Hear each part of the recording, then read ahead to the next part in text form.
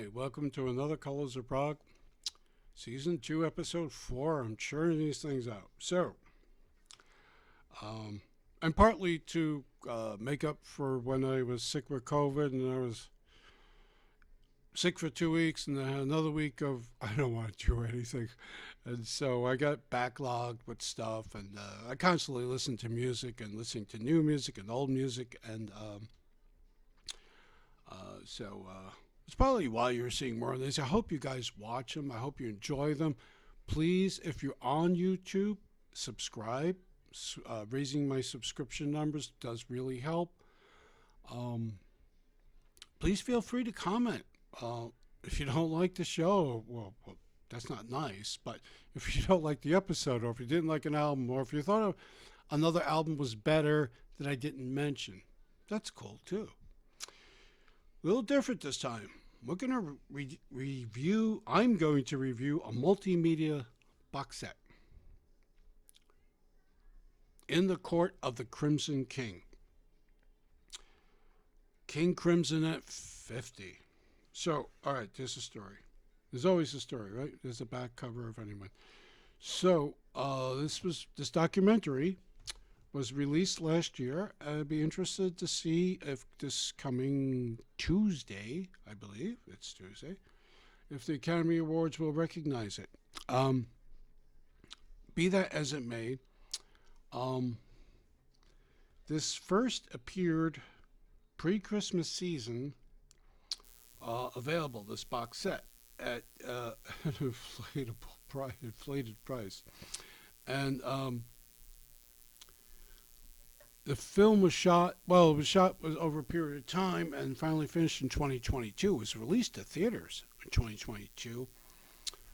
And so we have this. Yes, pre-Christmas season, the box set was announced to be available. It's a bit pricey, comes from Europe, and then it disappeared because a lot of you guys bought this. And then I myself had to wait nearly a month for this. So, what is this? Well, you have a very nice full-color booklet that gives you little information beyond describing what's on each disc and how many festivals it played on its way to getting out there. So here's the thing. It's directed by Toby Amies, and it was produced by, overseen by Robert Fripp. It was okayed by Robert Fripp. This would not have happened without Robert Fripp's guidance. So the booklet is about 47 pages long. It's got some nice pictures, illustrations, and as I said, though, it primarily doesn't have liner notes that you are used to seeing on this sort of thing, saying what, voices from the past, but that's on the disc. So, they call it number 2, bizarrely, because I guess they assume the booklet's number 1. It has the strangest numbering system. So, number 2 has a Blu-ray, which has the film, and you have LPCM stereo and Dolby 5.1 in the Court of the Crimson King, King Crimson F50. It's a 25-minute edit from the film. I don't know. The final performance, they say, the final performance of Starless in full from December 8th, 2021, which is not that long ago, and additional trailers and short films. The disc 2 has a DVD. Why not an additional Blu-ray, I'll never know. But that has Dolby 5.1, LPCM 5.1, and LPCM 2428. And it has the Radical Action Suite. Also features Rock and Rio, which has about 6 to 7 tunes. They're all quite long, so you almost get a full show. So, about the film. I liked early King Crimson, and then I liked later King Crimson. They got a period where they were just too much. It's just I respect all the musicians, and they're all really good musicians. But sometimes it just got to become noise, and they begat bands like the Swans and harder post punk bands, because they came from out of that King Crimson period, and it's just pretty crazy stuff. So what this film did though was they did the almost unthinkable. They found every living person, and thankfully, at the time that they put the documentary together, everyone was still alive, so they got to speak to everybody. Some people, why they were gone after an album or two, or some people, why they think they were asked straight out, why do you think Fripp kicked you out? And then Fripp would say, I didn't kick him out, and he would go into his explanation. So you got Giles and McDonald around here, and lots of Adrian Belew cut in.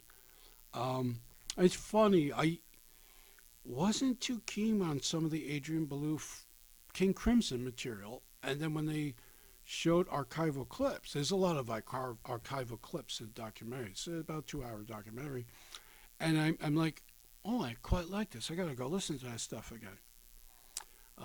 Interesting stuff about Adrian Belew was he thought he was in a partnership with Fripp, and even Bill Bruford, who's actually throughout the whole thing, very well spoken, very eloquent, and a very smart man with his words, was like, no. Yeah, he's a guitar player, and he's doing his own thing. But they would always have Adrian Belew pop up, and he was like, I think his band needs me now. That kind of thing. It's very interesting. Sad note, Bill Rieflin had passed away. And he had stage 4 cancer. And Bill Rieflin, not only known for King Crimson, but for lots of other bands. He was also playing with Robin Hitchcock for many years, on and off. And Bill Rieflin's on this tour, this tour from 2021, and very sick, very ill, but doing his best. And they interview him quite a bit. He has a lot to say about a lot of things. He's also very jovial. He's like, what am I going to do? I'm going to die. It's like, I'm just going to try to playing music. Yeah, it keeps me going, and that kind of thing. And sadly, he didn't make one of the last performances by the band, which is one of the last performances in the documentary. So it's very sweet. And they had a nice note at the end of the film, for Bill. And a woman I wasn't aware of. Also, I didn't know there was a nun, European nun, who was a huge Crimson fan. Yes, a real nun. Who's been following them for a very long time. She goes to lots of their shows. It would have been nice to see some interaction between the band and her. I'm sure they're aware of her.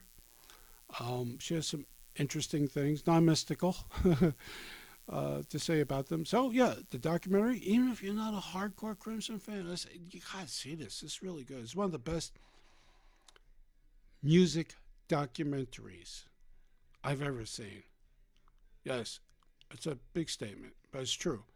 If you like progressive rock, if you like King Crimson at all, you got to check it out. And if you haven't, just put it on that waiting list because, it's a bit pricey, as I said, but hey, Now the next thingy,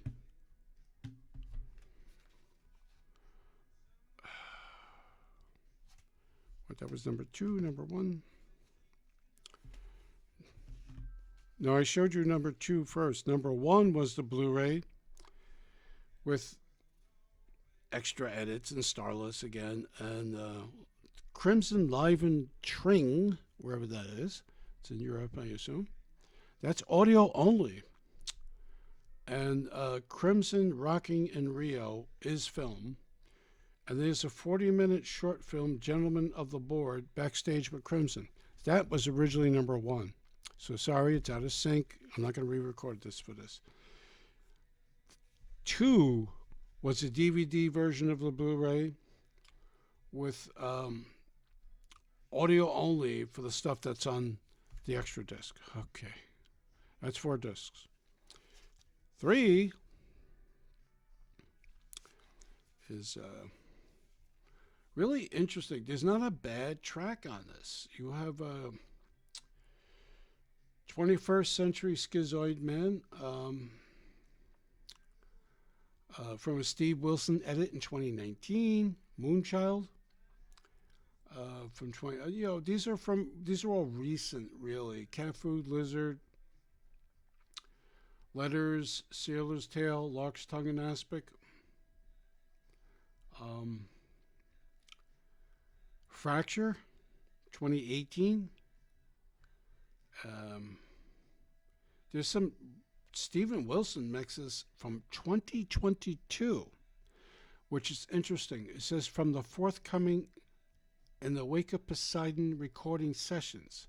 So there's upcoming some Steven Wilson remixes, I guess, that are not available yet, of Crimson material. So there's like, disc 1 has 10 tracks, disc 2 has 12, and they're both over an hour each.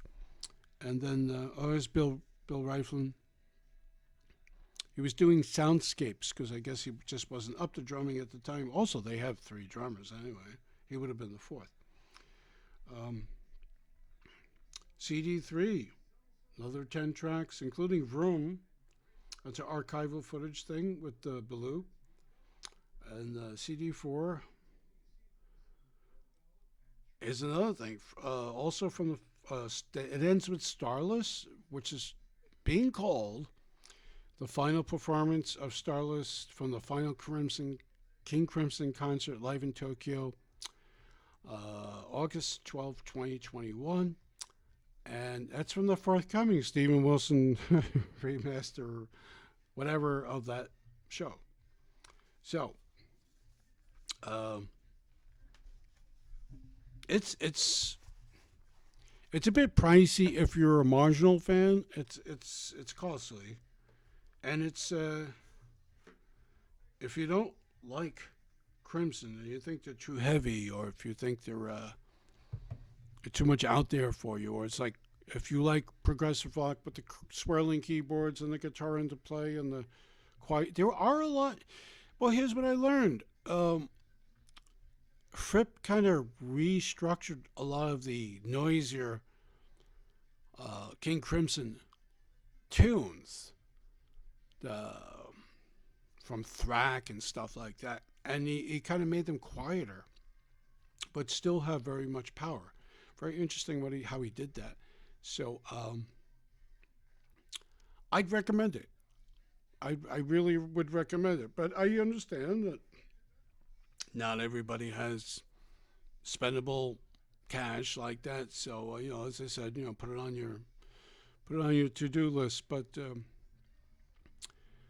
it's very. It would have been nicer if they included like the Steven Wilson remix of the In the Wake of Poseidon. I throw that disc in there anyway, because. And when I mean pricey, we're talking about 100 USD approximate. So, yeah. Thank you, Amazon gift cards. But the film is pretty terrific. I haven't caught up with King Crimson in some time, and I was just blown away by some of the performances. And I'm not going to say anything bad about Robert Fripp. He's Robert Fripp, and if you see this, you will draw your own conclusion. And I don't feel like I want to publicly draw a conclusion that he's crazy. And he has it all lined up. And some people won't say anything negative, which I respect. I won't say names. If you ever see this, you'll know who. Also, keep in mind, Robert Fripp is a guy, when he's not playing, he'll sit in front of his keyboard, his laptop, and just do runs And he'll do that. And somebody said, look at his hands. The calluses are amazing. So in the Court of the Crimson King, I reviewed multimedia today. So, wow. Thank you for listening to The Colors of Prog and watching The Colors of Prog. I appreciate the audience. Thank you. Bye.